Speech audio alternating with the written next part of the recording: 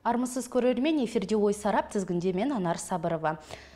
Қоғам деп аталатын қозғаушы күште әділдік салтанат құрған ба, аймақтардағы құрылған қоғамдық кеңестің жұмысынан бұқараға пайда қандай? Осы және өзге де сауалдардың жауабын білу үшін студиямызға Талғар аудандық қоғамдық кеңестің мүшесі, аудандық әкімнің штаттан тыс кеңесшісі Жапаров Марат Мұхтарбекұлын студиямызға қонаққа шақырды. Құрметті Марат мырза, қош келдіңіз. Саламатсыздар ма?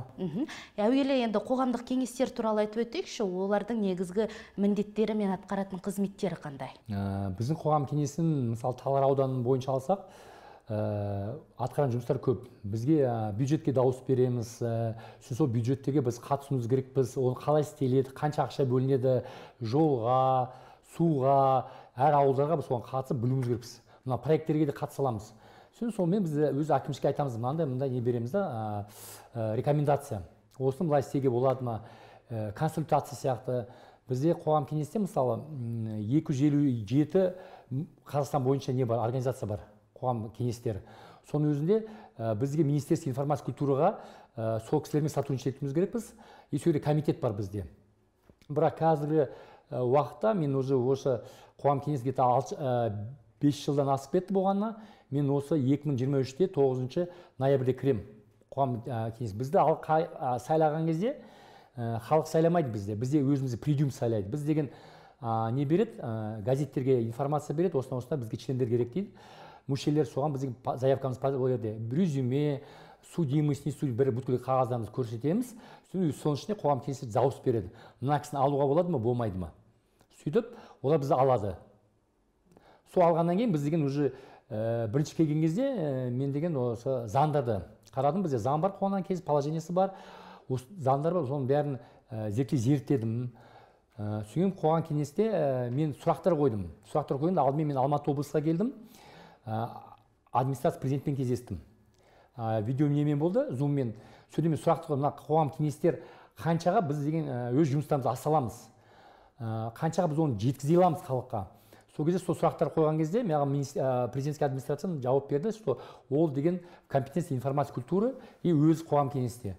Потом біздің қоғам кеңестер біз независиміз. Ар ауданында өз нелер бар. Мысалы Алматыда 11 облыс район болса, 11 районның өз қоғам кеңестері бар. Бірақ облыс бар. Біз бір-бірімізге бағынбаймыз, былай қараса.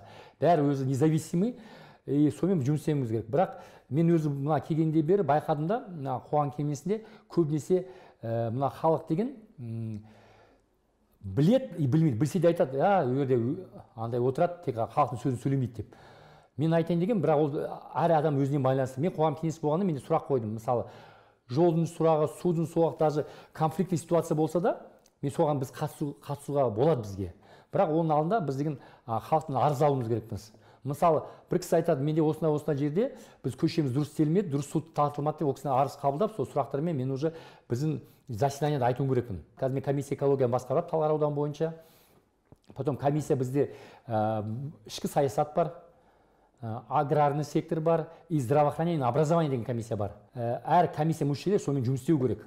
Бірақ осы мен байқаған бері қалай комиссия істелген кезде де, даже өзінің ауданымызды қарағанда бізде көп жұмыстар почти 85% артылмайды, істелмейді. Неге? Қоғам кеңесі мүшелері мына заңды, конституциялық заңдарды білу керек, бірақ біз заңдарды білу керек. И осы положениялар білу керек. Қалай не істеледі? Соған көбісі бізде үндемейді. Мысалы, бізде комиссиялар бар.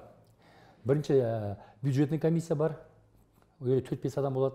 Екінші аграрный сектор бар, экология. Осы мен сол комиссияны жақында басқара бастадым.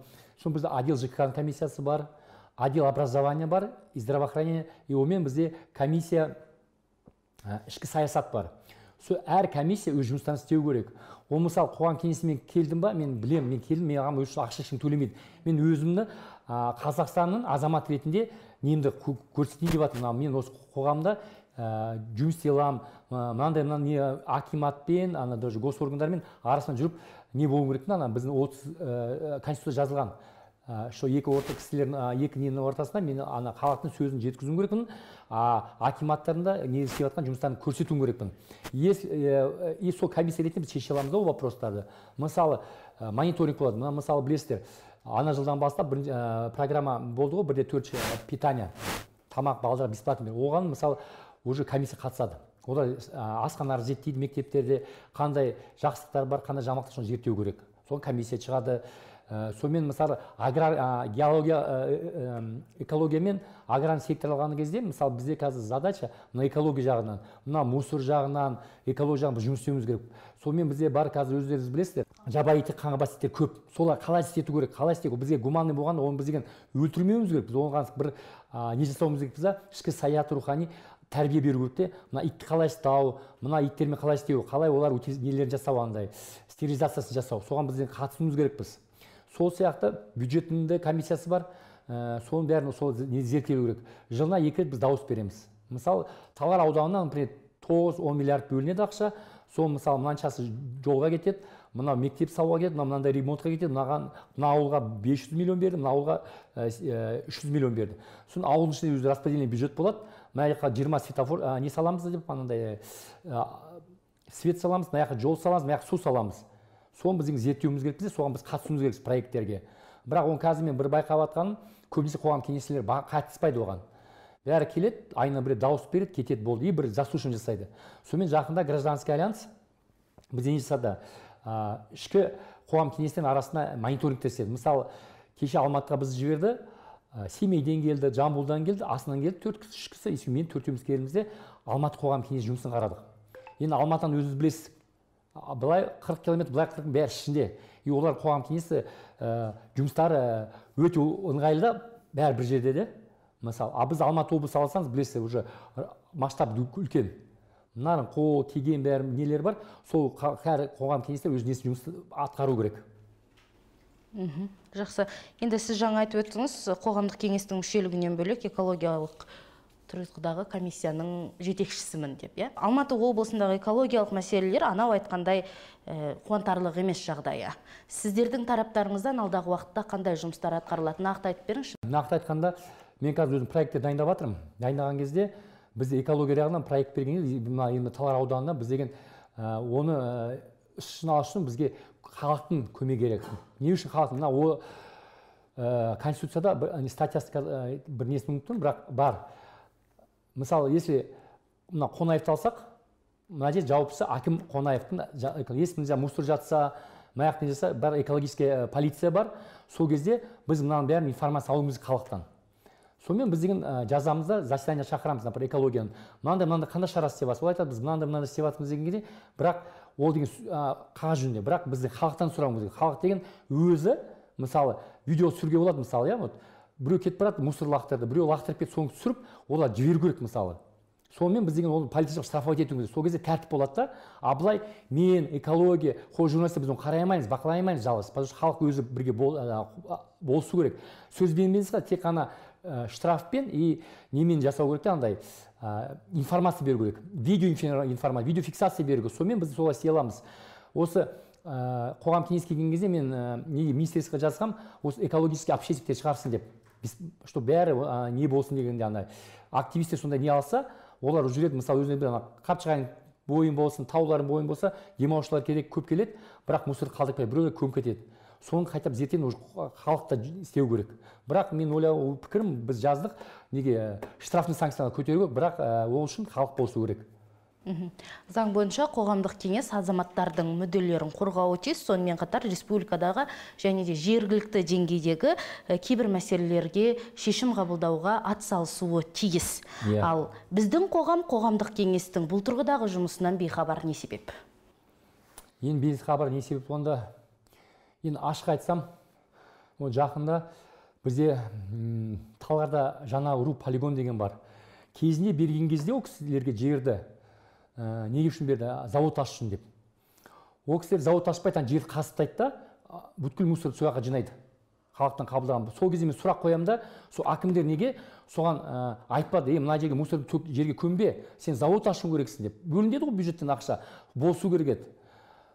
Сонымен ол кісі деген оны ашпайды да, көмеді, аяғы өрт болмады. Қазір ол кісіні 43 миллионға штраф жасады, ана өкіметтің ақша кетті ғой. Енді ана кісі деген, мысалы, оны төлемеш, ол не істейді қазір? Өз несін айтады, менде мына жерде мынандай проблема деп, уже өз қорғау үшін ол әр не іздейді, ана әкімшілікке проблемалы жасайды. Мына істемеді деп. Бірақ қасына екінші полигон тұр, ашық. Бірақ оны заңды өрде көму керек. сонымен бір кеспейдің неге біз ол мусорды көмуіміз керекпіз? Мысалы Сингапурды алсақ, жақсы заводтар ана бүткіл мусордан не жасайды, лай жасайды и асфальтқа не жасайды. Асфальт жасау үшін нелер жасайды, пластмастан асфальт жасайды. Сондағы біз уже дамуымыз керек. Сосын біз енді қоғам кеңес ретінде біз оған рекомендация жасауымыз керекпіз де үкіметке. Бірақ енді ол әр облыстың бюджет қалай ол көтере алады ма, көтере алмайды ма, олар шешеді. Сіз жаңа айттыңыз, бізді халық сайламайды, тек қана тағайындаламыз деп айттыңыз, иә? Қандай да бір сіздерге талаптар қойылған, қоғамдық кеңеске кез келген адам мүше бола бермейді негізінде? Жоқ, ол жерде болған кезде өз критериялары бар, сол наркологический справка, о несудимости справка, автобиография, сүйнен деген өрде қабылдаған кезде президиум дедім ғой, мына мысалы қоғам кеңесінде өз рабочий группа болады енді ашқан кезде. Өрде 7-6 адам өзі қарайды да автобиографияны оқиды. Сонымен олар өзі дауыс береді, мына кісіні өткіземіз бе, өткізбейміз ба деп. Түсінесіз ба, өзі президиум ішінде. И екінші келген қоғам кеңесі сол 20 адам уже кірді ма, сол 20 адам дауыс береді. Если мысалы сол жиналыста 15 адам болып, маған 10 адам дауыс берсе, мен өтем. Что мен осы қоғам кеңесі мүшесі боламын деп өтем. Көрдіңіз ба? А былай именно халықтан, что халық мынандай рекомендация еттік деп подпись жинап, депутаттар ондай бізде жоқ. Мен негізі ойлаймын да, негізі халық сайлау керек те. Халық сайлау керек, халықта дауыс беру керек те.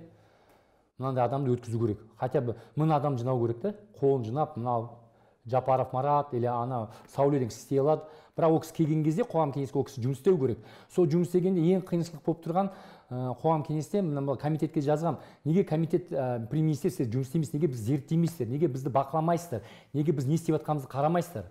Мен соны байқаған кезде ол айтады, біздің сіздерге күшіміз жоқ дейді. Сізді бақылап, сіздер тексеріп, мониторинг жасау біз не имеем права дейді да. Соны мен түсінбеймін да. Потому что 20 адам отырса қоғам кеңесте арасында 5-6 ауыз істейді, қалғандар просто үндемей отырады да. Ол бәрі біледі. Оны скрывать. Любой облыста алайық, сондай нәрсе бар. Бірақ Алматыда мен көрген кезде именно Алматының қоғам кеңесі өте организованный да, сол вопроста бірге отырып көтереді көбінесе. Біз сияқты емес, там 5-еуі көтереді, оны деген келді, присутствие етті, қалды да кетіп қалды. Талғар аудандық қоғамдық кеңеске қанша адам мүше? 21 адам. 21 адамнан где-то 5 адам әкімшіліктен болады, ол госслужбадан келеді. Соң қалғанда 2 депутатымыз бар областной. Облыстан келді ол кісілер. Мен оларды түсінбеймін, олар облыста, если олар облыста жұмыстар болса, олар Талғар қоғам кеңесі не істейді деп. Сол сұрақ әлі қоямын да мен оларға. Сіздер не істейді? Даже осы жылы бір қызық нәрселер болды. Мына мен қоғам кеңесі өзімді председательге выбор бердім де, ұсынысымда. Сол кезде голосование болғанда, өрде көбінесе бизнесмен областной депутат Айдарға берді дауыс, потому что олар оны мен де таниды, мен просто ашық айттым да, сіздер отырғаннан кейін бір нәрсе айтыңыздаршы, мына қоғам кеңесі не үшін отырсыздар дедім де. Құр отырып, көздеріңізді қаратып, үндемей кетіп, или сіздер действительно жұмыс істейсіздер ма? Көп сұрақтар бар да, өзіңіздер білесіз ол деген. Не только жол, су, біз даже мына антикоррупционный комитетпен біз даже сотрудничать етуіміз керек, чтобы мына коррупцияны предупреждать етуіміз керекпіз ғой. Мынандай жер зерттеп жатырмыз, мынандай келдік дегендей. Сондай нәрсе сұрақтар көп болып жатыр, и сонымен мен қазір уже даже мынандай инцидент болды. Енді ашық айтайын, қоғам кеңесі келген кезде, бірінші күннен кезде маған өз қоғам кеңесінің ішінен мен бойлинг дейді. Уже мен суретте бір машинист қойды, мына Марат деген мошенник, осындай деп уже өз қоғам кеңесі адамдар қояды. Не үшін? Потому что мен айттым, мен сендер отырсыңдар, жұмыс істесеңдер. Сол қоғам арасын шықты. Мен полицияға арыз жаздым. Неге мына қоғам кеңесі ішінде 20 адам, неге мына мен суретімді шығарады дедім. Онан кейін, где-то бір айдан кейін уже мен қызымды болит етеді мектепте.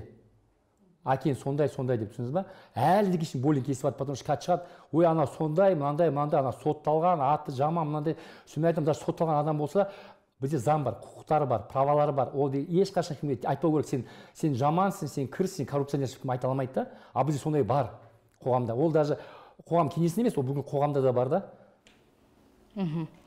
Сіз енді тек қана қоғамдық кеңестің мүшесі емессіз, аудандық әкімнің штаттан тыс кеңесшісі болып жұмыс жасайсыз, иә? Осы кездегі қызметіңізге қойылатын нақты талаптарды айтып өтсеңіз. Енді бізге тойлап бізде бірінші рет болып отыр ғой. Штатный болғаннан кейін енді бізде Ләззат деген кісі, бізде областной советник. Сол жақында жинадық, сөйлестік, не істейміз деп. Сол біздің проекттер дайындадық. Енді Құдай қаласа, қазір әкім облыс күтіп жатырмыз. Yani bir ayda болды ашылғанымызда. Сол бір айдың ішінде әкім облыспен кездесіп проекттер бар. Ол проекттерде, мысалы мен сіздерге ашық айтайын, бізде қазіргі шектеулі адамдарды қоғам қабылдау қиын да. Мысалы мен сіздерге айтып жатырмын ғой, қабылдау неге қиын? Потому что мысалы біз Талғар район ішіне алсақ, где-то 5,5 адам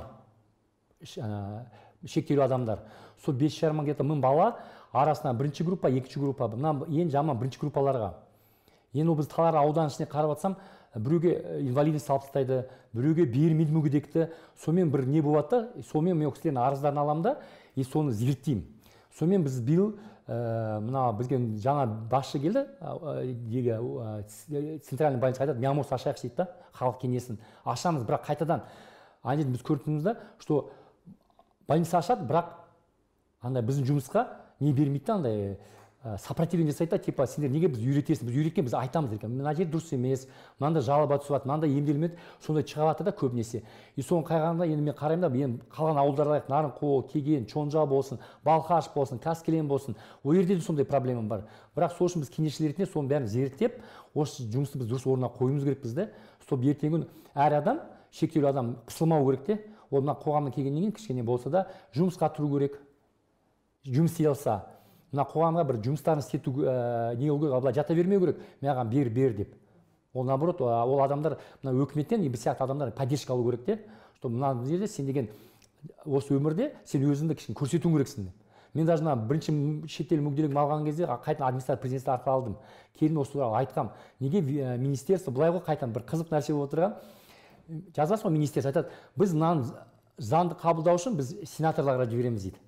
Олар голосовать ету керек, мына заң ұсыныс береді. Бірақ сенатты көріп жатқан кезде сенат постоянно министерствоға айтады, мынандай заң қабылданды, мынандай заң қабылданды. Сол кезде екі арада мен түсінбей отырмын, не болып жатқанын шын айтсам бар ғой. Мысалы Южный Кореялық, Европа алайық, бір айда заң қабылдады. Бізде бір заңды қабылдау үшін шын айтсам 1,5 жыл жүреді. Соған мен өзім түсінбей отырмын, неге осылай болып жатқанын. И соған енді қоғам кеңесі ретінде мен оған да ұсыныс жасап жатырмын да, жазып жатырмын, мынаны былай істейікші деп. Өзім сұрап жатырмын да, енді ары қаратай олар енді бір-бірімен не болып жатыр да. Мына айтады, сенаторлар қабылдау керек, сенатор айтады, министерство бізге ұсыну керек. Сол түсініксіз болып жатыр да, даже мына мүгедектердің арасында сонда не болып жатыр да, категория беретінде қиын болып кетті. Сіз өзіңіздің Instagram парақшаңызда Қазақстандық қоғам мүгедектігі бар адамдарды толық қабылдауға әлі дайын емес екенін білемін.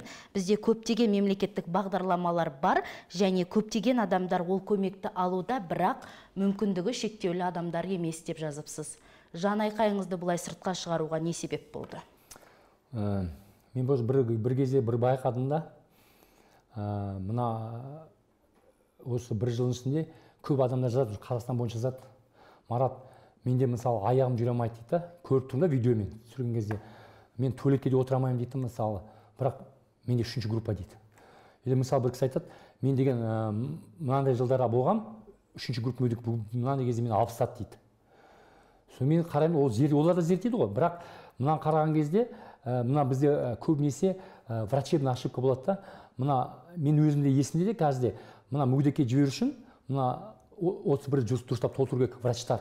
Сол толтырғанға мен келдім больницаға, мен участковый врач мына жапармын, мына дәрі алды, мына жер кезде реабилитацияға барды, мына кезде больницаға жатып, мен динамикам жасау керек те. Бірақ көбінесе олар істелмейді, жоқ болып кетеді. Мен оны жақында уже айта аламын, бізде мысалы Айман деген апа бар, үлкен кісі 3-ші группа берді, оған пожизненно берді. Бірақ ол кісіні қарасаң 3-ші группа ұқсамайды. Ол кісі әрең жүреді. Или мысалы жақында Екатерина блогерлер қызды шығарды да, есікте травма алады, есікте жатады, Талғарға келеді, не алады, әлі 2 жылда мүгедектік бермеген. Жоқ, ол жатады, енді жайлы жүріп. Или ана Котлов деген кісі бар, бұл Михаил афганец, сол афганецтер сұрайды менен, мәке мына кісіге инвалидность бермей жатыр. Зерттеп жатқан кезде негізі оған кісіге 1-ші группа береді, біз деген жазғаннан кейін, олар уже ол кісіге 2-ші группа береді де, қайтадан ошибка бар да, қай жерде механизм соны түсінбей отырмыз да, бірақ былай қараса көбінесе ол адам өзінен андай врач болғанмен бір врач біледі оны толтыру, біреу білмейді толтыру. Сол не болмайды да, сол механизм болмай жатыр да.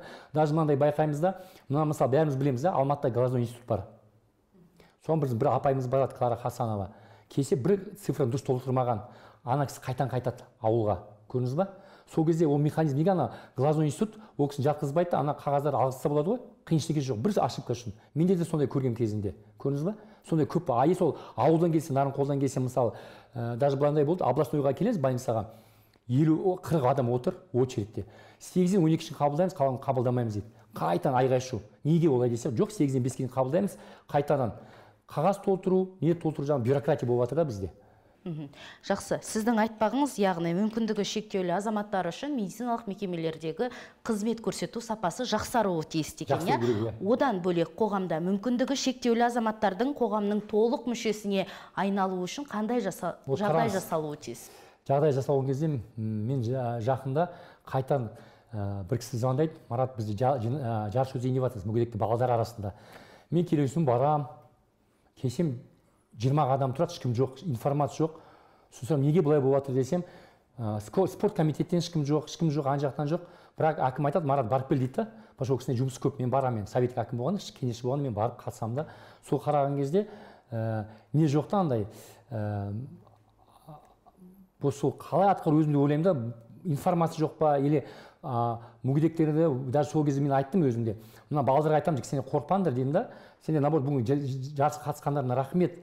Ана бір кісілер болды, бассейнді арендаға алу үшін болсы да, Ақбұлақ деген. И депутаттар болса, бір кішкентай тиын төлеп алып, балаларды жарысын өткізіп жібердік. Бірақ анан қарағанда не жоқ даже. Болельщик жоқ. Бізде мысалы, мен бір айтайын деген, ана Талғарда Ақжол деген не бар? Реабилитационный центр. Қазақстанда жоқ. Аналогов жоқ. Крестьян, Европа жоқ. Ана Рушана деген руководитель, каждый бала үшін жұмыс істейді, врачтар. Соның ішінде отырған. Ана уже бала 4 жылдан жүре бастайды, қойды. Мүгедек болса, бір еме ол қуанасың. 100 метр жүргенде, мен мысалы өзім жатпаған кезде, кейін жағы тұрғы 100 метр жүрген мен қуандым. Даже мына тұрғаным өзім қуанамын да. Сол сәт ана балдар келді. Соның өзіне де бұлай қараса, мына халықта не жоқта андай. Осы балдар жарыстар болсын, андай емес, мына аудандарда соны көтеру керек. Мысалы үлкен қалалар болады, Қонаев болсын, Астана болсын, жарыстар өткізеді, не өткізеді. Бірақ мына аудандарда ол жоқ. Даже мына алайық, сельский округті алайықшы, кішкентай бір сельский округтың ішінде, ауылдық округте, о да жоқ. Сол үшін әкім соны өткізу керек қой. Активистер бар, адамдар бар, 20 мың адам бір-біріне болысу керек қой. Осындай мына біздің мүгедектер бар, хотя мектепте бір жылына бір 2-3 не жасап берейік, қандай концерт, қатыстырайық дегенде, и постоянно үйде отырады да. Мен өзім өттім де, ол жағын білемін де. Жүре маған сен стенаға қарап отырасың да, болды. Мен даже өзімде мысалы мүгедек болып уже жатып қалған кезде 2012-де мен жұмыстан шықтым, потому что мен істей алмадым. Бір жыл больницада жаттым, қимылдай алмай. Онан кейін шыққаннан кейін жайлап жүре алмаймын, уже мына ауырым асқынып кетті. Отыра алмай қалғаннан кейін, қысқаннан кейін не істеймін? Мен екінші группаға, мен қайта сотқа аламын да, мына енді өкімет несінде табына рахмет, өтініш деген программа жасады, өте күшті. Сол арқылы сотқа мен жазғам, бүткіл инстанция, күнде жазам. Бір жылда мен 600 арыз жазам. Соның бәрі мен зерттеймін де, отпискалар бар, солсақ өзімді, құқымды мен қорғау үшін мына соткамен істеп жатырмын. Мысалы қалған шетелдер алсақ, мынандай развиті дейміз ғой, Америка болсын, Финляндия, өрде сен айтпайсың мүгедек деп. Наоборот, сен андай итермейді, жұмысқа кірсең, бір 4-5 сағат болсын жұмыс істеп кетесің, өз шамаң жеткенше. Сіз айтқан мәселелерді оңынан шешу үшін облыс басшылығына қандай да бір өтінішпен, хатпен кірген кездеріңіз болды ма, және де оң жауап ала алдыңыздар ма? Мен өзім 2000 осы ана жылдары Аким облысы жазылым приемына. Сол кісіге бардым, осы айттым, неге осы қоғам кеңесінде жұмыс артылмайды деп едім. Ол кісі қарата тыңдады, Марат, мен айтамаймын сен кір деп, бірақ рекомендовать етем, кіріп көр деді. Сосын бір емесе өзім жаталасып кірдім өрге. Бір ашылғанымызға бір ай болды. Енді ұсыныстар жазып қойдық. Соның бәрін беріп күтіп отырмыз. Ол қандай ұсыныстар? Нені ұсынып отырсыз? Ол проект, мысалы мүгедектермен әкімшіліктер, ауылдық әкімшіліктер қалай жұмыс істеу керек, больницалар қалай жұмыс істеу керек, взаимосвязь, алған дәрілері, реабилитация, психологтар бәрін жаздық.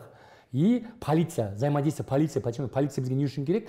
Сені управление полиция мына жерде тоже қатысу керек. Также прокуратура болсын. Енді күтіп отырмыз, өз ұсыныстарымызды жасадық. Айгүл Матановаға енді сол кісі енді облыс әкіміне жеткізген шығар. Кездесу. Ол әр ауданнан совет кеңесшілер келеді, өз әкімдерімен облыс әкімімен кездесіп, домалақ стол жасап, сөйтіп айтуымыз керек, проблемамыз мына істейік деп. Қиыншылық жоқ. 1-2 айда бір жұмыстарды хотя бы 50%-ке алғарда жылжыға болады. 90 ауыз сөздің тобықтай түйінін өзіңіз қорытындыласаңыз. Тәртіпке үйренуіміз керекпіз. Заңдарға, конституция не үшін жазылған, ол біздің құқықтарымызды қорғайды. Соны оқып, соны қарап, зерттеп, әр өкіметтің мершілерге сіз жаза аласыңдар. Если сіздерге отписка болса, сен оны обжаловать ете аласыңдар. Мен мысалы қазір бәріне де не жазып жатырмын, өз телефонымды қалдырып жатырмын, Инстаграм бәріне де айтып жатырмын. Хабарласыңдар, консультация береміз и көмектесеміз жұмыс істеген. Қалай адамдар жаңа мүгедектердің ішкі рухани есту үшін. Жақсы, студиямызға уақыт бөліп келгеніңіз үшін өзіңізге алғыс білдіремін. Құрметті көрермен, Ой Сараптың кезекті бағдарламасын осымен тәмамдаймыз. Сіздермен бірге болған мен Анар Сабырова. Әр ойды арыдан сараптаймыз. Дидарласқанша.